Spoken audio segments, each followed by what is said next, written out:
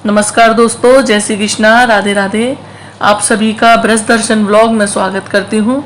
आज हम एक महत्वपूर्ण और संवेदनशील विषय पर चर्चा करेंगे कि मासिक धर्म के दौरान सोमवार व्रत, सावन के जो सोमवार चल रहे हैं, सोमवार व्रत करना चाहिए या नहीं। तो यह सवाल बहुत सी महिलाओं के मन में भी आता है और आज हम इसी पर धार्मिक और वैज्ञानिक दृष्टिकोण से विचार करेंगे। तो मासिक धर्म के दौरान धार्मिक नियमों और परंपराओं को समझना जरूरी है, वहीं वैज्ञानिक दृष्टिकोण में भी हमें महत्वपूर्ण जानकारी देता है। तो आइए दोस्तों, दोनों पक्षों की राय और इसे समझने की कोशिश करते हैं कि हम इस समय व्रत रख सकते हैं या स्वास्थ्य के लिए कितना सही है। तो दोनों दृष्टिकोण से हम लोग आज जानते हैं, इसलिए कृपया कर आप वीडियो अंत तक जरूर देखें, जिससे कि आपको सही जानकारी मिल सके। तो दोस्तों, सबसे पहले आपको बता दें कि अगर आपको व्रत रखने से पहले ही मासिक धर्म आ गया है तो इस अवस्था में आप व्रत नहीं रखें, व्रत नहीं रखना चाहिए। और अगर आपने व्रत रख लिया है और व्रत के दौरान आपको मासिक धर्म आए तो ऐसे में आपको व्रत भंग करने की कोई ज़रूरत नहीं है। मासिक धर्म के समय महिलाओं को पूजा पाठ इत्यादि करने की मनाही होती है, तो आप भगवान से जैसे पूजा पाठ नहीं कर सकते और आप बस जैसे व्रत रख सकते हैं, जिसे कहते हैं कि पेट व्रत रखा जा सकता है। तो व्रत नहीं छोड़ा जाता, फिर आप पेट व्रत रख सकते हो। और अगर आपको पहले से ही जैसे मासिक धर्म आ गया है और व्रत नहीं रख पाए हैं तो आप व्रत ना रखें और आप बाकियों से दूरी बनाकर सभी नियमों का पालन कर सकती हैं।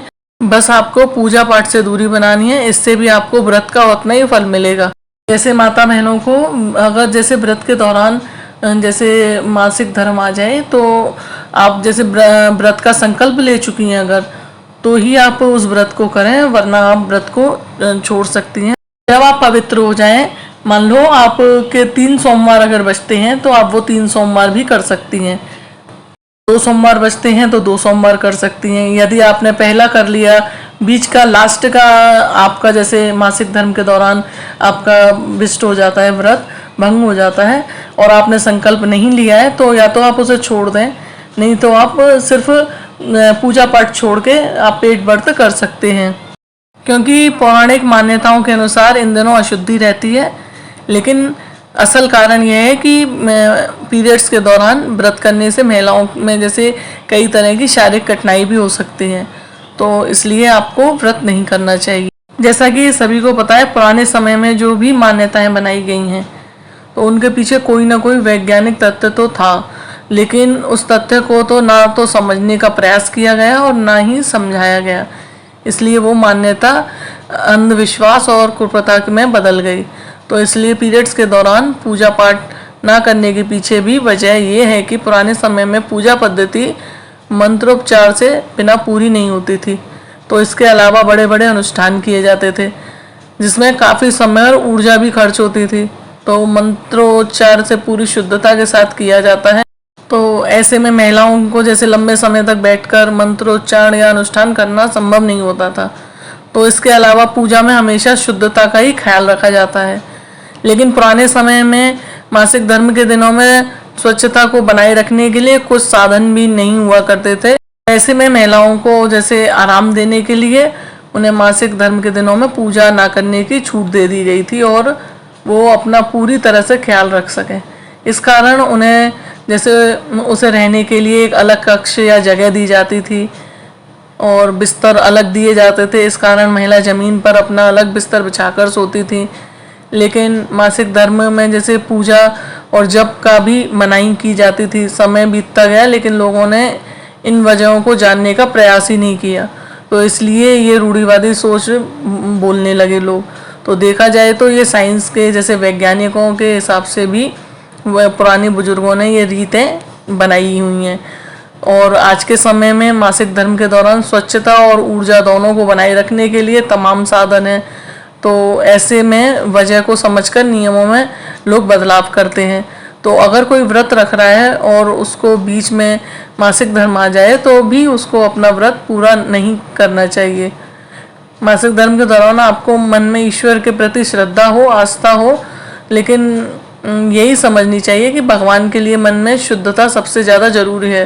तो जैसे आपके शारीरिक शुद्धता नहीं है, शारीरिक अशुद्धता है, तो आपको व्रत नहीं करना चाहिए, भगवान को स्पर्श नहीं करना चाहिए। मासिक धर्म के दौरान पूजा पाठ से बचना चाहिए और जब शारीरिक शुद्धता हो जाए उसके बाद ही आप पूजा पाठ करें। व्रत के दौरान अगर आपके जैसे किसी विशेष पूजा का संकल्प लिया है और मासिक धर्म आ जाए तो आप दूर बैठकर जैसे उन धार्मिक पूजा को जैसे किसी और अन्य व्यक्ति के जरिए करवा सकते हैं। आप सबसे अलग रहकर पूजा पाठ कर सकते हैं। तो इन नियमों के साथ आप कर सकते हैं। जैसे मासिक धर्म के दौरान भी व्रत के सभी नियमों का पालन कर सकते हैं। जैसे शारीरिक पूजा पाठ करने की मनाही है, तो ऐसे में मानसिक एक उत्तम जैसे मानसिक पूजा एक उत्तम विकल्प हो सकता है। तो जैसे आप भगवान शिव का ध्यान करें, मन ही मन आप भजन सुन सकते हैं किसी से, या आप उनका मन ही मन स्मरण कर सकते हैं। ऐसा करने से जैसे मन और आत्मा को दोनों को शांति मिलेगी और धार्मिक आस्था भी प्रबल होगी। तो आप ये सब मन की शांति के लिए कर सकते हैं। वैसे हर परिवार की अपनी अपनी जैसे धार्मिक मान्यताएं और परंपराएं होती हैं, तो आप अपने परिवार के बुजुर्गों, धार्मिक गुरुओं या पंडितों से परामर्श ले सकते हैं। वे आपको धार्मिक दृष्टिकोण से सही मार्गदर्शन दे सकते हैं। वैसे धार्मिक पूजा और व्रत का मूल उद्देश्य भक्ति और आस्था है, तो इसलिए मासिक धर्म के दौरान सकारात्मक सोच बनाए रखें और भगवान शिव के प्रति अपनी भक्ति को किसी भी तरह कमजोर ना होने दें। और एक बात और बता दूं, बीमार रोगी व्यक्ति या बुजुर्ग व्यक्ति को सावन के महीने में सोमवार का व्रत नहीं करना चाहिए। सेहत पर बुरा प्रभाव पड़ सकता है। अगर आप व्रत करने में असमर्थ हैं तो आपको व्रत नहीं करना चाहिए। और गर्भवती महिलाओं को भी सोमवार का व्रत करने की सलाह नहीं दी जाती। तो गर्भवती महिलाएं भी सावन के सोमवार के दिन भगवान शिव की पूजा कर सकती हैं। यदि कोई व्यक्ति लंबी यात्रा कर रहा है तो वह भी इस व्रत को ना करे। जैसे कोई सफ़र में है तो उसको भी जैसे दिक्कत आ सकती है व्रत का खाना खाने में और परेशानी हो सकती है, तो वो भी सावन का व्रत बीच में छोड़ सकते हैं। फिर आप घर पहुंच जाएं और जैसे व्रत आपके बाकी रहें और सोमवार बचे तो आप वो व्रत कर सकते हैं। तो माताओं बहनों, आज के वीडियो में हमने माहवारी के दौरान जैसे मासिक धर्म के दौरान व्रत करने के बारे में विस्तार से चर्चा की। तो उम्मीद करती हूँ कि ये जानकारी आपके लिए उपयोगी रही होगी। अगर आपको यह वीडियो पसंद आया हो तो इसको लाइक करें और अपने परिवारजनों और माता बहनों तक ये वीडियो शेयर करें, जिससे कि उनको भी ये जानकारी प्राप्त हो सके। और मेरे इस चैनल ब्रज दर्शन ब्लॉग को सब्सक्राइब करना ना भूलें। साथ ही घंटी के निशान को भी दबाएं ताकि हमारे नए वीडियो की सूचना भी सबसे पहले आपको मिल सके। तो आशा करती हूँ आपके सावन के सोमवार के व्रत बहुत अच्छे से जाएं और भोलेनाथ की कृपा आप सभी पर बनी रहे। अपने सुझाव और प्रश्न कमेंट बॉक्स में ज़रूर लिखें। मिलते हैं एक और नई वीडियो के साथ। धन्यवाद। जय श्री कृष्णा। राधे राधे। हर हर महादेव।